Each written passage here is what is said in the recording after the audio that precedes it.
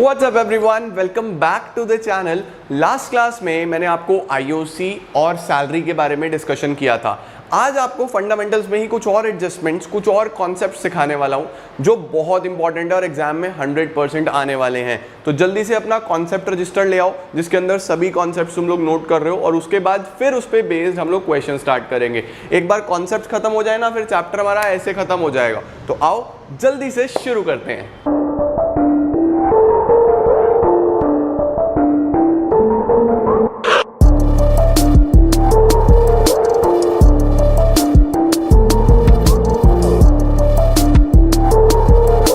सभी लोग मेरे साथ साथ हेडिंग डाल लो, interest on drawings. Interest on drawings को समझ के चलेंगे। अब इंटरेस्ट ऑन ड्राइंग्स क्या होता है? देखो यार, फर्म जब भी ऑनर जब पैसा निकाल लेता है फर्म से, जब भी वो पैसा निकालता है तो उसको हम ड्राइंग्स बोलते हैं उसके पर्सनल पर्पस के लिए। तो फर्म ये बोलती है कि आपने जब हमारे में पैसा इन्वेस्ट करा तो हम आपको इंटरेस्ट देते हैं ना। सिमिलरली अगर आप पैसा निकाल रहे हो तो आप हमें उस पर इंटरेस्ट दो। उस इंटरेस्ट को क्या बोलते हैं? Interest on drawings. अब वो कैसे कैलकुलेट करा जाता है उसके देखो मेनली दो केसेस बनते हैं। सबसे पहला, when there is even drawings. Even का मतलब होता है same amount at equal intervals, या सेम इंटरवल्स भी लिख सकते हो। और एक होता है when there is uneven drawings। एक तो होते हैं जब ड्राइंग्स इवन है और एक होते हैं जब ड्राइंग्स अनइवन है। ठीक है, दो तरीके की ड्राइंग्स होती हैं, इवन और अनइवन। सर ये इवन अनइवन क्या है? देखो मैं समझाता हूँ। सबसे पहले तो आप ये देखो कि लेट सपोज हम ये मान के चलते हैं कि चिंटू ने, ये लो जी, फिर से चिंटू हमारा आ जाए, जरा प्रकट हो जाए हमारे सामने। चिंटू ने विड्रॉ करा, Chintu withdrew 10,000 on 1st July from firm।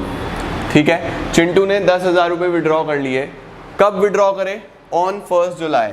अब देखो मुझे एक बात बताओ, ये तो बड़ा सिंपल सी बात है कि अगर उसने 10,000 विड्रॉ कर लिए तो बहुत सिंपल है। यहाँ पे क्या होगा?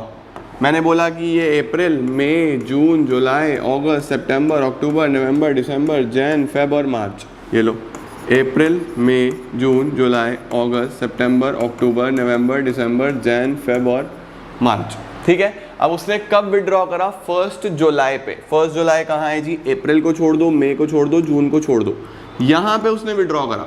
अब अगर उसने यहाँ पे 10,000 विड्रॉ कर लिए तो यहाँ से लेके यहाँ तक उसने ये पैसा 9 मंथ्स के लिए यूज़ करा होगा। भाई अगर उसने यहाँ पे विड्रॉ करा तो यहाँ से यहाँ तक है ना। लेट सपोज आपने बैंक से लोन लिया होता है, अगर आप लोन यहाँ लेते हो तो यहाँ से यहाँ तक का ही तो इंटरेस्ट काउंट होगा। तो कितने मंथ्स का इंटरेस्ट ऑन ड्राइंग्स बैठेगा? 9 मंथ्स का। As simple as that. कितने मंथ्स का इंटरेस्ट ऑन ड्राइंग्स बैठ जाएगा? 9 मंथ्स का। जैसे इंटरेस्ट ऑन कैपिटल में होता था, बहुत आसान था, इसमें तो कोई दिक्कत ही नहीं है। तो अगर वो 10% है तो मैं बोलूँगा 10,000 का 10% और 9 months, 750 interest on drawings answer आ जाएगा। अब यहाँ पे क्या होता है हमारे पास? ये तो एक ही बार उसने विड्रॉ करा। कई बार क्वेश्चन ऐसा होता है कि वो लगातार विड्रॉ करता जा रहा है, लगातार विड्रॉ कर रहा है। जैसे अब यहाँ पे क्या होता है, मैं आपको थोड़ा सा इसमें और लिखवाता हूँ। इस केस को आपने स्क्रीनशॉट ले लो पहले जल्दी से, फिर नोट कर लेना। ये आपने सिंपली नोट डाउन कर लेना है। अब हम चलते हैं थोड़ा सा आगे। अब यहाँ पे क्या होता है, लेट सपोज हमारे पास, मैं ये कह रहा हूँ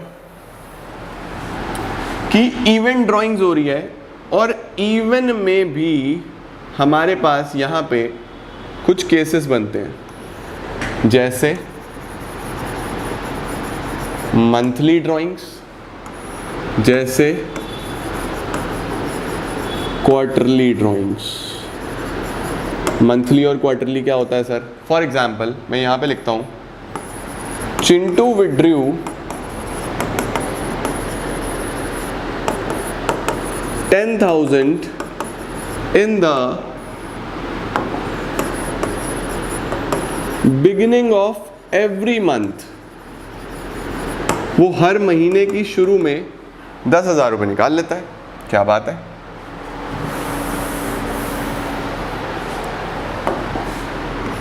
in the beginning of every month, सही है। अब यहाँ पे क्या है जी, अब अगर हर महीने की शुरू में है तो मैं क्या बोल रहा हूँ कि अप्रैल में उसने 10,000 निकाल लिए स्टार्टिंग में, 1 अप्रैल, 1 मई, 1 जून, 1 जुलाई, 1 अगस्त, ऐसे करते जाओ करते जाओ करते जाओ करते जाओ। अप्रैल, मई, जून, जुलाई, अगस्त, सितंबर, अक्टूबर, नवंबर, दिसंबर, जनवरी, फेब, मार्च। अब देखो यहाँ पे भी 10,000, यहाँ पे भी, यहाँ पे भी, यहाँ पे भी, यहाँ पे भी, ऐसे ऐसे ऐसे ऐसे करते करते 12 महीने तक। तो क्या आप 12 बार अलग अलग कैलकुलेट करोगे? ये तो बड़ा लंबा पड़ जाएगा भाई। एग्जाम में 3 घंटे में 1 घंटा तुम इसमें लगा दोगे कि पहले इस 10,000 पे निकालो, कितने टाइम के लिए, पूरे 12 महीने के लिए, फिर इस पे 11 महीने के लिए, फिर इस पे 10 महीने के लिए, फिर इस पे 9 महीने के लिए। ऐसे थोड़ी ना अलग अलग निकालोगे, ये तो बहुत प्रॉब्लम हो जाएगी। तो इसका शॉर्टकट क्या है सर? देखो, अगर बिगिनिंग है ना तो तुम लोग को कुछ नहीं करना, तुम लोग को एक फॉर्मूला अप्लाई करना है। वो क्या है? Total drawings into rate upon 100, जिस भी रेट से, जैसे हमारा 10% है तो 10 अपॉन 100, मल्टीप्लाइड बाय 6.5 अपॉन 12, ये लगा देना बस टाइम पीरियड। ये फॉर्मूला है जी, total drawings multiplied by rate upon 100 multiplied by 6.5 upon 12। अब मैं तुम लोग को ये भी बताऊंगा कि ये 6.5 आया कैसे, बट फिलहाल ये समझो कि आपको ये कैसे अप्लाई करना है। टोटल ड्रॉइंग्स कितनी, देखो अगर 10,000 हर महीने हुई तो टोटल 1,20,000 हो गया। तो मैं यहाँ पे लगाऊंगा 1,20,000 पे 10%, 6.5 अपॉन 12। ये 6.5 सिर्फ कहाँ पे लगेगा? अगर वो ड्रॉइंग्स मंथली है और मंथ की बिगिनिंग में, ये याद रखना, मंथली होनी चाहिए और मंथ की बिगिनिंग में होना चाहिए। तो ये टाइम पीरियड लग जाएगा। कितना आ जाएगा जी? 1,20,000 पे 10% और 6.5 अपॉन 12, 6,500। इसका आंसर आएगा 6,500। ठीक है, ये फॉर्मूला सिर्फ कहाँ पे? मंथली और बिगिनिंग। अब इसका केस 2 करते हैं, इसी का केस 2। अब यहाँ पे देखो, जैसे बिगिनिंग था ना, इसको चेंज करता हूँ, केस 2 बना लेना। Chintu withdraw ₹10,000 at the end of every month. देखो मैंने टाइम पीरियड बदल दिया। अब वो कब निकालता है? यहां पे बिगिनिंग में था, यहां पे हर महीने के एंड में है, एंड ऑफ एवरी मंथ। अब सर अगर एंड में हो गया, इसका क्या मतलब हुआ? इसका मतलब ये हुआ बेटा जी कि अप्रैल के 30 पे लास्ट में, फिर मई 31, इस तरीके से हर महीने के एंड में निकालता है वो। इस बार शुरू में नहीं निकालता। कब निकालता है? बिल्कुल लास्ट में। तो फिर हम क्या, मैं फिर से ऐसे लगाऊं क्या? मैं फिर से अब यहाँ पे ऐसा पूरा का पूरा टेबल बनाऊं? अगर आप टेबल बनाते हो तो आपको क्या करना पड़ता है? देखो अब समझो, अगर वो लास्ट में निकालता है तो हम लोग यहाँ, मैं सबको 30 यहाँ इसके साथ 31 लगा देता हूँ यार। ठीक है, अब ये मत समझना कि मुझे आता नहीं है, ये मैं जल्दी करने के लिए कर रहा हूँ। सब सपोज 30, 31 जो भी है वो तुम लोग समझ लेना। ठीक है, अब अगर 31 अप्रैल को हो गया तो आप मुझे बताओ, ध्यान से समझना, अगर ये पूरा साल है, वही अप्रैल, मई, जून, जुलाई, अगस्त, सितंबर, अक्टूबर, नवंबर, दिसंबर, जैन, फेब, मार्च। ठीक है, अप्रैल, मई, जून, जुलाई, अगस्त, सितंबर, अक्टूबर, नवंबर, दिसंबर, जैन, फेब और मार्च। इसे हटा देते हैं। अब लेट सपोज हमारा ये पूरा ईयर है और वो अप्रैल के लास्ट में विड्रॉ कर रहा है, बिल्कुल आखिरी डेट पे, 30 अप्रैल पे। तो लास्ट का मतलब तो बस मई के शुरू में हो गया। तो जो इंटरेस्ट बैठेगा वो यहाँ से यहाँ तक 11 महीने का बैठेगा। फिर मई के लास्ट में, देखो अप्रैल के लास्ट में है ना, तो अप्रैल तो काउंट नहीं होगा। तो 10,000 पे 10% और 11 महीने, एंड में 11 महीने से चालू होती है टेबल। ठीक है ना। अगर अप्रैल के शुरू में था तो भाई पूरे 12 महीने का। दोनों में डिफ्रेंशिएट कर पाना। अगर वो मई के लास्ट में, तो अब फिर वो कहाँ से होगा? यहाँ से लेके यहाँ तक, यानी 10 महीने। फिर अगर जून के लास्ट में, तो यहाँ से यहाँ तक 9 मंथ्स। इस तरीके से लास्ट में क्या होगा? 31 मार्च पे। तो 31 मार्च तो बिल्कुल एंड है, तो वहाँ टाइम पीरियड लगेगा ही नहीं। क्यों नहीं? क्या होने वाला है वहाँ पे? देखो वहाँ पे होगा 10,000, 10%, और बिल्कुल लास्ट में तो 0.12। किसी को भी 0 से मल्टीप्लाई कर दो, 0। यहाँ पे 31 मार्च को निकाला पैसा, तो क्या इंटरेस्ट है भाई? एक दिन का कोई इंटरेस्ट नहीं हो रहा है यहाँ पे। समझे ना बात? ठीक है, लेकिन फिर से हम इतना लंबा कैलकुलेट क्यों करेंगे? हम नहीं करेंगे, हम सीधा फॉर्मूला लगा देंगे। फॉर्मूला क्या है जी? अगर एंड में हो total drawings multiplied by rate upon 100 multiplied bye 5.5 upon 12। याद रखेंगे अगर एंड में होता है और मंथ के एंड में होता है तो वहाँ टाइम पीरियड 5.5 चलता है। क्या टाइम पीरियड चलता है? 5.5। अगर मंथ की बिगिनिंग में है तो 6.5, मंथ के एंड में है तो 5.5। तीसरा केस आ जाओ, अगर चिंटू विड्रू करता है, चिंटू विड्रू ₹10,000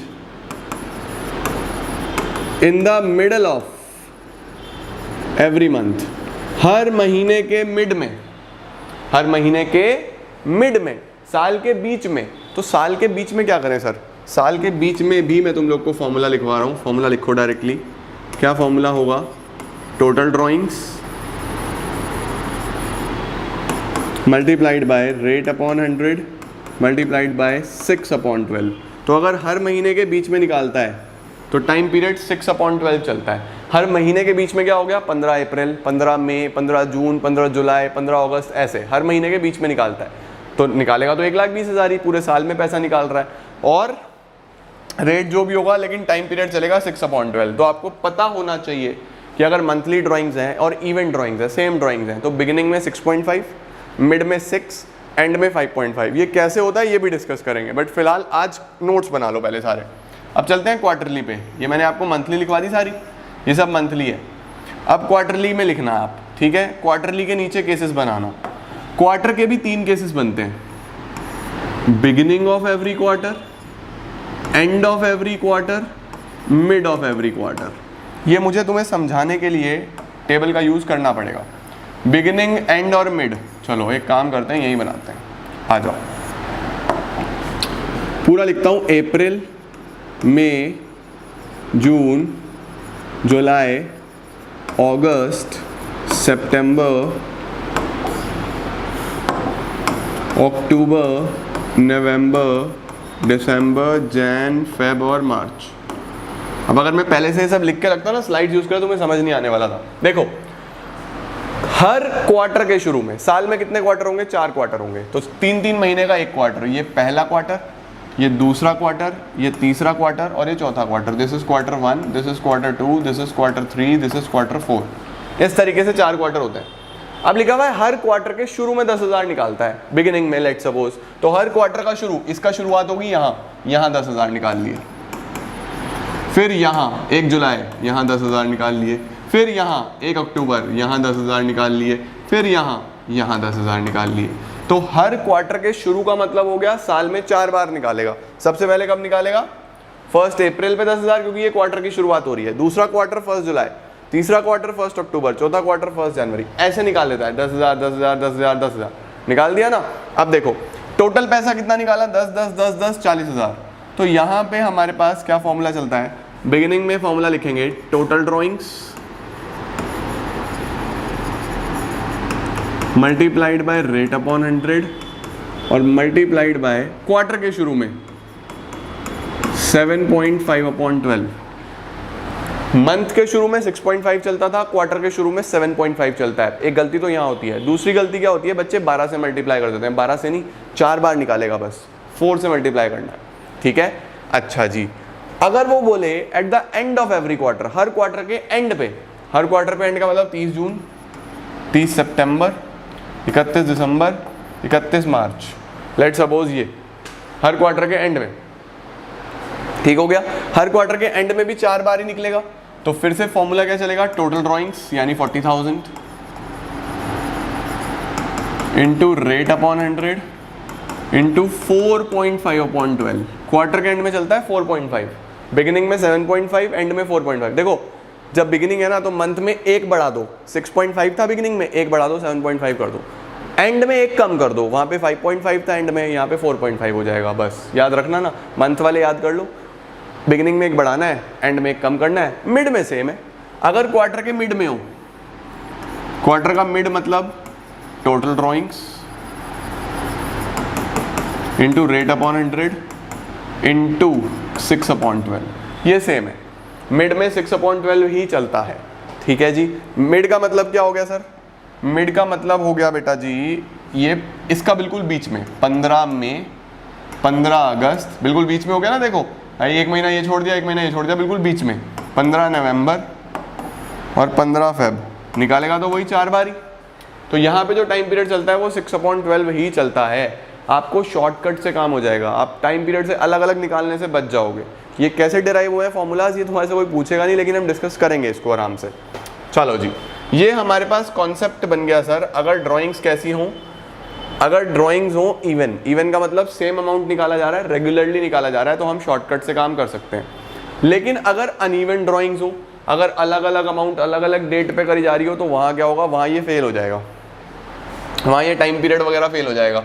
टाइम पीरियड हमेशा कहाँ पे लगना है, सिर्फ जहाँ पे ड्राइंग सेम अमाउंट निकाली जा रही है और सेम इंटरवल के बाद निकाली जा रही है। अगर अलग अलग हो गया, जैसे ये लिखा है मैंने, when there is uneven drawings, तो अनइवन में आपके पास 2 मेथड्स होते हैं। एक होता है सिंपल मेथड और एक होता है प्रोडक्ट मेथड। सिंपल मेथड और प्रोडक्ट मेथड, आपको दोनों आने चाहिए, जिससे कंफर्टेबल हो उससे एग्जाम में क्वेश्चन कर लेना। इसके लिए मैं आपको एक क्वेश्चन कराता हूँ कि यहाँ पे इंटरेस्ट ऑन ड्राइंग्स कैसे कैलकुलेट करी जाती है। क्वेश्चन हम लोग लिखते हैं जी, लेट सपोज, मैं एज्यूम करता हूँ कि पैसा चिंटू ने निकाला, कब कब निकाला, पैसा निकाला May 1, May 1, जुलाई 31, सितंबर, नवंबर, जनवरी, मार्च, सितंबर, नवंबर, जनवरी, मार्च, ठीक है। 30, 30, 1, 31, 30, 30, 1, 31, इस डेट पे उसने पैसा निकाला। कितना कितना, 20, 10, 30, 20, 10, 30, ये उसकी ड्राइंग्स हैं। 20, 10, 30, 40, 20, 25, 40, 20, 25। अब देखो इस केस में क्या हो रहा है, ये है हमारे पास अनइवन। अनइवन का मतलब अलग अलग अमाउंट और डेट भी पता नहीं कहाँ से कहाँ, कोई मई, कोई जुलाई, कोई सितंबर, कुछ का कुछ निकाल रहा है।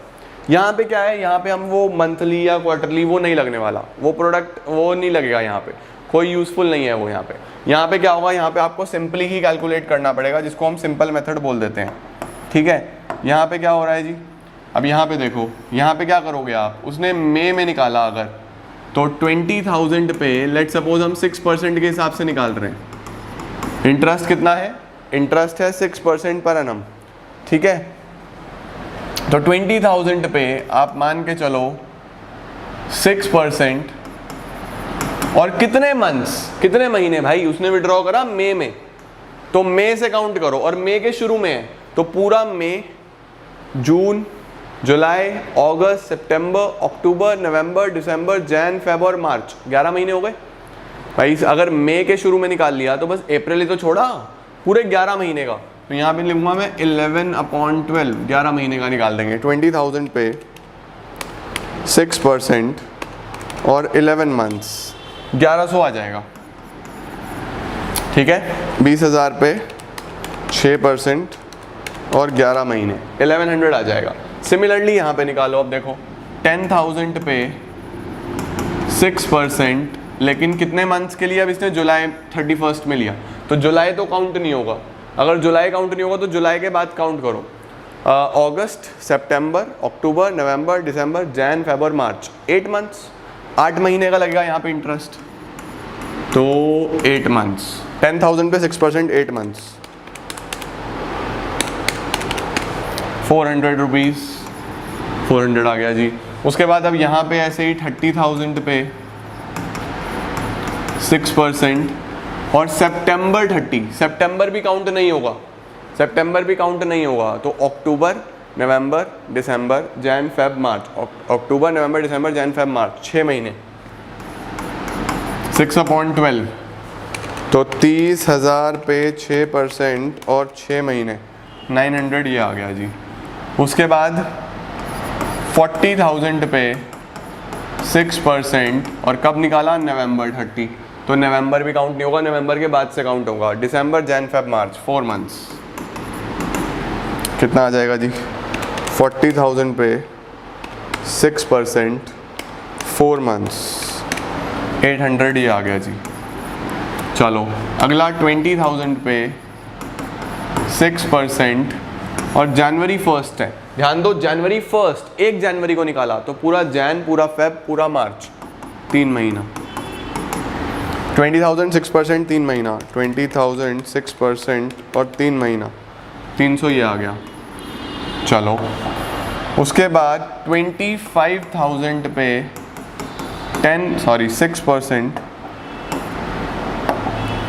6% और ये निकाला 31 मार्च पे, बिल्कुल लास्ट में, फिर तो लगेगा ही नहीं, 0, तो यहाँ पे आंसर आएगा 0। तो टोटल इंटरेस्ट कितना हो गया जी हमारे पास? 1100, 400, 1500, 1500 और 9 24, 24 और 8 32, 32 और 3 35, 3500 का इंटरेस्ट ऑन ड्राइंग्स इसका बैठ गया, है ना भाई। अलग अलग ड्राइंग्स पे अलग अलग कैलकुलेट करा इस तरीके से।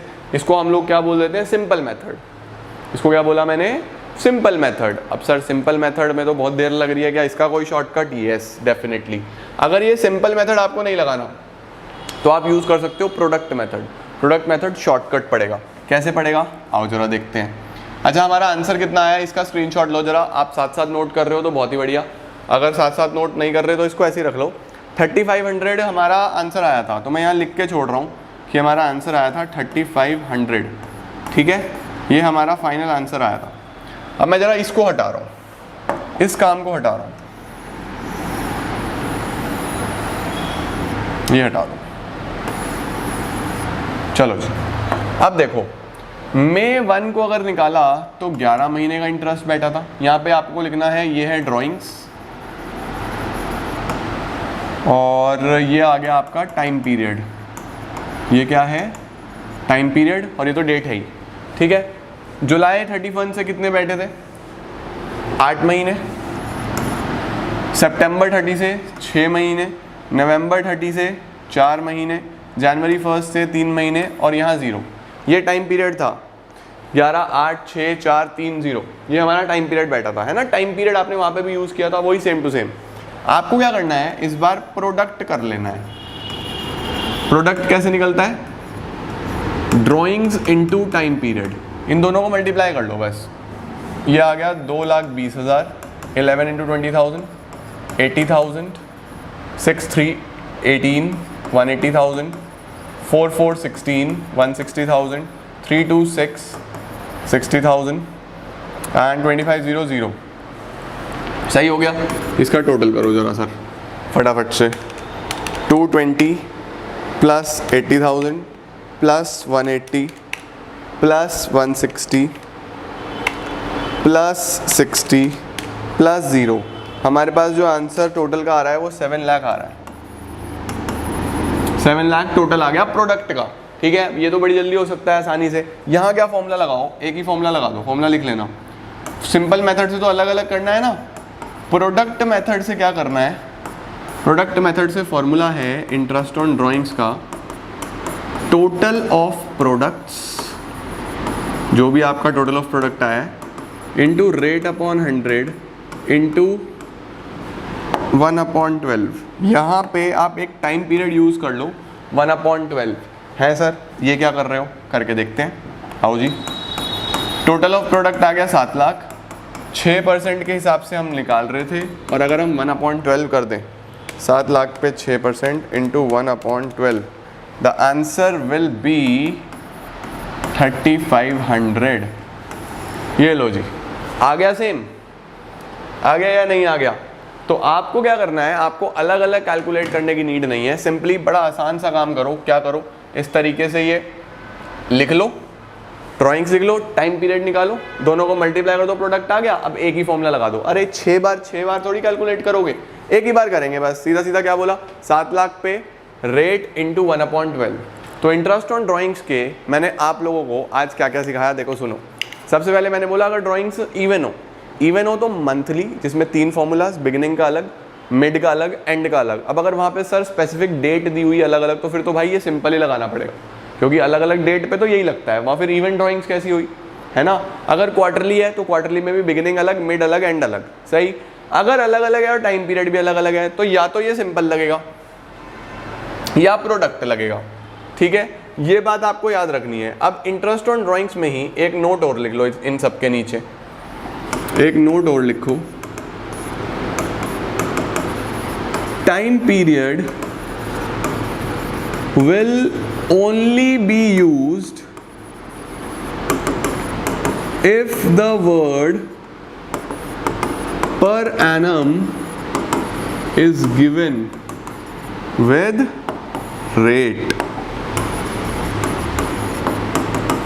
rate of interest। सर इसका क्या मतलब है? टाइम पीरियड सिर्फ तभी यूज होगा अगर पर एनम लिखा हुआ है। जैसे कि फॉर एग्जांपल मैंने ये बोला बेटा कि 10,000 निकाले 1 अप्रैल पे यानी साल के शुरू में, ठीक है जी, और इंटरेस्ट है 10% पर एनम, या इसको 1 अप्रैल नहीं करते, इसको थोड़ा चेंज करते हैं। अप्रैल में जून जुलाई अगस्त सितंबर 1 अक्टूबर कर लो, अप्रैल की जगह इसे 1 अक्टूबर कर दो, ऐसा कर लो। 10,000 1 अक्टूबर को, और ऐसा दिया हुआ है 10% पर एनम के हिसाब से इंटरेस्ट ऑन ड्राइंग्स निकालो। ये तो हो गया केस 1। और एक केस 2 ऐसा दिया हुआ है कि वो 10,000 निकाल रहा है 1 अक्टूबर पे और खाली 10% के हिसाब से निकालो। अब देखो यहाँ पे मैंने स्पेसिफिकली जोर दिया पर एनम पे, यहाँ पे ये पर एनम गिवन है और यहाँ पे पर एनम के नाम पे कुछ नहीं है, क्वेश्चन मार्क उड़ रहे हैं, बस ये लिखा हुआ है 10%। तो जहाँ पे पर एनम है वहाँ पे टाइम पीरियड कंसिडर होगा, जहाँ पर एनम नहीं है वहाँ टाइम पीरियड को भी भूल जाना। मतलब सर, मतलब ये बच्चों जी कि 10,000 रुपीज़ अगर उसने निकाले, ये 1 अक्टूबर को निकाले और 10% के हिसाब से काम करना है, तो भाई अक्टूबर से काउंट करो ना। अक्टूबर, नवंबर, दिसंबर, जैन, फेब और मार्च, 6 महीने हो गए। तो जो टाइम पीरियड चलेगा वो 6 मंथ्स का चलेगा। केस 1 के हिसाब से 10,000 पे 10% 1,000, 6 महीने 500 आंसर। लेकिन अगर केस 2 पे चलूं तो साहब 10,000 पे 10% और कोई भी टाइम पीरियड नहीं आएगा।